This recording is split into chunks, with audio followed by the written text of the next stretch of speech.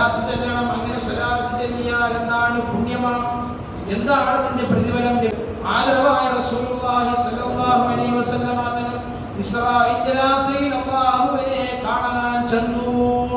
ഇസ്രാഈന്റെ രാവിൽ അല്ലാഹുവിന്റെ റസൂൽ ഒരു അരുവി കാണുകയാണ്. തേനിനേക്കാൾ മധുരമുള്ള, പാലിനേക്കാൾ നിറമുള്ള, കസ്തൂരിയേക്കാൾ സുഗന്ധമുള്ള ഒരു അരുവിയെ കണ്ടു. ലോകത്തിന്റെ നേതാവ് കാണുകയാണ്.